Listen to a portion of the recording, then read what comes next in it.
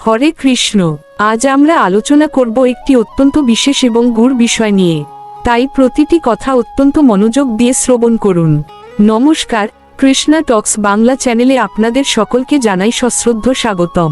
আজকের আমাদের বিশেষ নিবেদন বা আজকের ভাবনা, রাধার গুহ্যতম প্রেমের রসে নিজেকে সিক্ত করুন। বন্ধুরা, আজকের এই আলোচনাটি কেবল সাধারণ কোনো ভিডিও নয়, এটি একটি পরম আধ্যাত্মিক যাত্রা। তাই ধৈর্য ধরে সম্পূর্ণ ভিডিওটি দেখুন, কারণ আজ আমরা শাস্ত্রের সেই অতল গহীনে প্রবেশ করব যেখানে কেবল প্রেমের অমৃত রস বিদ্যমান। একটি বিশেষ তথ্য আপনাদের জানিয়ে রাখি, আমাদের চ্যানেলে প্রতিদিন রাত ৮টায় ধর্মীয় ও আধ্যাত্মিক বিষয়ে এই ধরনের বিশেষ আলোচনা প্রকাশ করা হয়। আপনাদের মনেও যদি কৃষ্ণকথা বা রাধাতত্ত্ব নিয়ে কোনো প্রশ্ন, দ্বিধা বা খটকা থেকে থাকে, তবে নিঃসংকোচে কমেন্ট করে আমাদের জানান। আপনাদের সেই প্রশ্নটি যদি আলোচনার যোগ্য হয়, তবে হয়তো আগামীকাল রাত ৮টার ভিডিওতে আপনার সেই কমেন্টটি নিয়েই আমরা বিস্তারিত আলোচনা করব। আমাদের এই ধর্ম প্রচার কার্যে সহায়তা করতে ভিডিওটি ভালো লাগলে লাইক করুন এবং চ্যানেলটি সাবস্ক্রাইব করে আমাদের পাশেই থাকুন। শাস্ত্রে বলা হয়েছে, রাধা পূর্ণ শক্তি, কৃষ্ণ পূর্ণ শক্তিমান। অর্থাৎ শক্তি ও শক্তিমান যেমন অভিন্ন, রাধা কৃষ্ণও তেমন। শ্রীমদ্ভাগবতের গূঢ় তত্ত্বে কৃষ্ণ হলেন বিষয় এবং রাধা হলেন আশ্রয়। রাধা ছাড়া কৃষ্ণের অস্তিত্ব প্রকাশিত হয় না। লাদিনী শক্তির তিনটি অংশ: আহ্লাদ, আনন্দ, ভক্তি, সেবা এবং প্রেম। শ্রীরাধা এই তিনটিরই ঘনীভূত রূপ। তিনি যখন আনন্দিত হন, তখন মহাবিশ্বের প্রতিটি কণা আনন্দিত হয়। কাম হল নিজের জন্য তপ্ত বালুকার মতো, যা তৃষ্ণা বাড়ায় কিন্তু মেটায় না। আর প্রেম হল শীতল চন্দনের মতো। চৈতন্য চরিতামৃতের ভাষায়, কাম অন্ধতম, প্রেম নির্মল ভাস্কর। রাধার প্রেম সূর্যসম উজ্জ্বল, যেখানে কামের কোনো অন্ধকার নেই। সখী ও মঞ্জরীর মধ্যে পার্থক্য আছে। মঞ্জরীরা সরাসরি রাধা কৃষ্ণের অন্তরঙ্গ সেবা করেন। এই ভাবটি রূপানুগা ভজন নামে পরিচিত। এটি সাধারণ মানুষের সাধ্যের বাইরে, কেবল মহাজনদের কৃপায় এই রসের কণা পাওয়া সম্ভব। কামদেব বা মদন সারা বিশ্বকে জয় করেছেন, কিন্তু তিনি যখন শ্রীকৃষ্ণের রূপ দেখেন, তখন তিনিও মোহিত হয়ে মূর্ছা যান। আবার সেই কৃষ্ণ যখন শ্রীরাধার ভক্তি দেখেন, তখন কৃষ্ণও নিজের বাঁশি হারিয়ে ফেলেন। একেই বলে মদন মোহন মোহিনী ভাব। রস মানে হল আস্বাদন। ভক্তিরস পাঁচটি: শান্ত, দাস্য, সখ্য, বাৎসল্য ও মধুর। এর মধ্যে মধুর রস বা উজ্জ্বল রস হল শ্রেষ্ঠ, যার অধীশ্বরী হলেন শ্রীমতী রাধিকা। এটি শাস্ত্রের সবচাইতে গোপন কথা।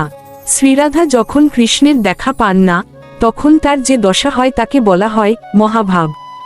এই অবস্থায় তিনি জড় জগতের সব জ্ঞান হারিয়ে ফেলেন।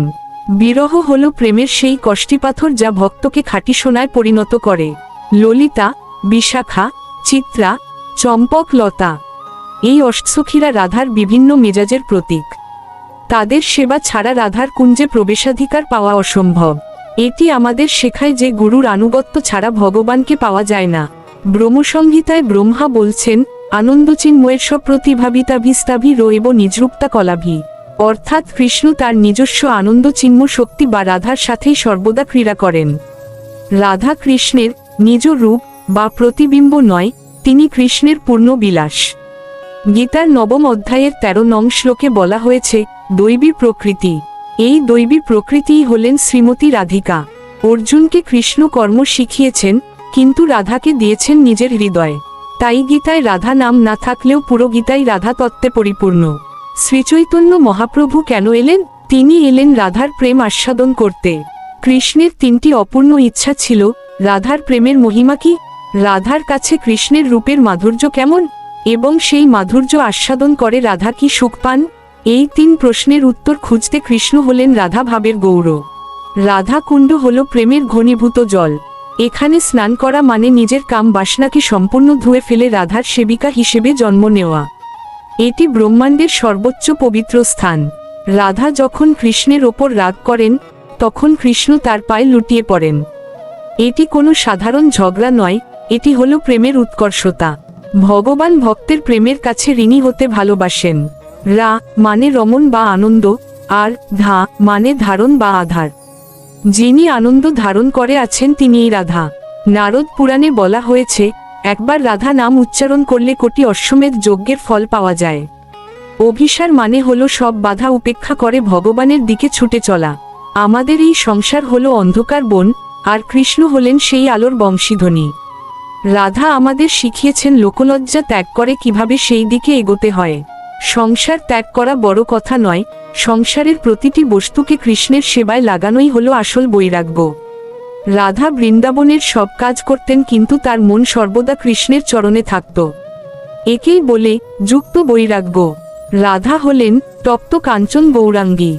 তিনি নিজের দেহ মন প্রাণ সব কৃষ্ণের জন্য উৎসর্গ করেছেন। যখন ভক্তের আর নিজের কোনো চাওয়া থাকে না, তখনই সে রাধা প্রেমের রসে সিক্ত হতে শুরু করে। চণ্ডীদাসের সহজ মানুষ বা জ্ঞানদাসের পদাবলী আমাদের শেখায় যে ঈশ্বর দূরে নন, তিনি আমাদের অন্তরের সবচাইতে কাছে। শ্যাম বন্ধু বিষম কালিয়া, এই বিরহ বেদনা আসলে মুক্তির তৃষ্ণা। কৃষ্ণকে অজেয় বলা হয়, অর্থাৎ তাকে কেউ জয় করতে পারে না। কিন্তু রাধার প্রেমের দড়িতে তিনি বাধা পড়েন। রাধা যাকে দয়া করেন, কৃষ্ণ তাকে সাথে সাথে গ্রহণ করেন। ভাগবতের গোপীগীতায় ভক্তের যে ব্যাকুলতা দেখা যায়, তা রাধারই প্রেমের প্রতিচ্ছবি। সেখানে বলা হয়েছে, তব কথামৃতম তপ্ত জীবন। ভগবানের কথাই হলো তপ্ত জীবনের একমাত্র শান্তি। ব্রজের ধূলি কেন পবিত্র? কারণ সেখানে রাধার পদচিহ্ন আছে। উদ্ধব যখন বৃন্দাবনে এলেন, তিনি মুনি হয়েও ব্রজের ঘাস হতে চেয়েছিলেন, যাতে গোপীদের পদধূলি তার মাথায় পড়ে। এটি রাধা প্রেমের অনন্য উচ্চতা।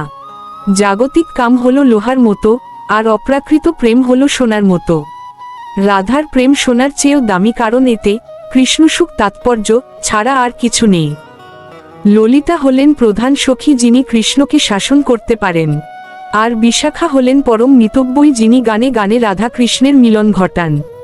তাদের এই সহযোগিতা আমাদের শেখায় যে সঙ্গী হলো ভক্তির মূল। বৈকুণ্ঠের উপরে হলো গোলক বৃন্দাবন। সেখানে কোনো সৃষ্টি বা লয় নেই, কেবল আছে নিত্য রসাস্বাদন। রাধা হলেন সেই গোলকের প্রধানা মহিষী। কৃষ্ণ কেন বংশীধারী? কৃষ্ণের বংশীধ্বনি আসলে রাধার নাম গান করে। বাঁশি আমাদের শেখায় যে নিজের ভেতরটা যদি আমরা শূন্য নিষ্কাম করতে পারি, তবেই ভগবান আমাদের মাধ্যমে তার সুর বাজাবেন। জন্মাষ্টমীর মতোই রাধাষ্টমী গুরুত্বপূর্ণ, কারণ শক্তি ছাড়া শক্তিমানকে বোঝা অসম্ভব।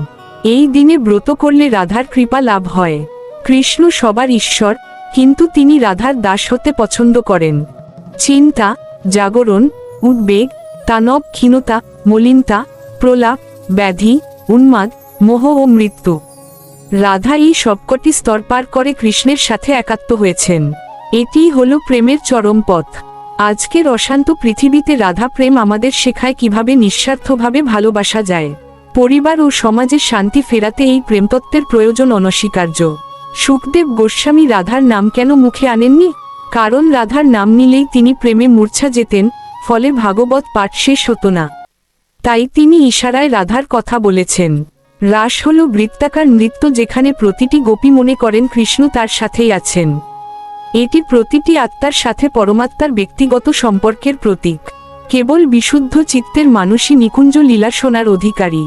কামভাব নিয়ে এই লীলা শ্রবণ করা নিষিদ্ধ। এটি সম্পূর্ণ পবিত্র বিষয়। গৌরাঙ্গ লীলায় গদাধর পণ্ডিত হলেন রাধার স্বরূপ। মহাপ্রভুর অন্তরঙ্গ সেবায় তিনি সর্বদা নিযুক্ত থাকতেন। রাধা প্রেম পেতে হলে নিরালায় বসে নাম জপ করার প্রয়োজন। একেই বলে ভজন কুঠির বা অন্তরের গোপন সাধনা। সর্বধর্মান পরিত্যজ্য মামেকং শরণ বর্জ্য, এই যে পরম শরণাগতি, রাধা হলেন এই শরণাগতির মূর্ত প্রতীক। যুগল মূর্তির উপাসনা কেন করা হয়? কারণ কৃষ্ণ একা থাকলে তিনি ঈশ্বর, আর রাধার সাথে থাকলে তিনি মাধুর্য। আমরা মাধুর্যের উপাসক। জীবনের শেষ সময়ে যারা রাধা নাম স্মরণ করেন, তারা যমরাজের হাত থেকে মুক্তি পেয়ে সরাসরি অপ্রাকৃত ধামে প্রবেশ করেন। বন্ধুরা, আশা করি আজকের এই মহাব্যাখ্যার মাধ্যমে আপনারা রাধা প্রেমের গুহ্যতম রহস্যের এক মহাসাগরে ডুব দিতে পেরেছেন। এই রস কেবল কথার নয়, এটি জীবনের প্রতি মুহূর্তের অভ্যাসের। রাধারানী আপনাদের হৃদয় সেই দিব্য প্রেমের আলো জ্বালিয়ে দিন।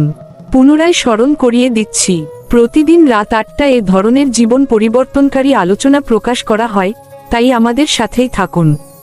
ভিডিওটি ভালো লাগলে শেয়ার করবেন। এতক্ষণ এই বিশাল আলোচনার তত্ত্বাবধানে ছিলেন শ্রী মিলন দেবনাথ। সকলে ভালো থাকুন, ভক্তির পথে থাকুন। হরে কৃষ্ণ।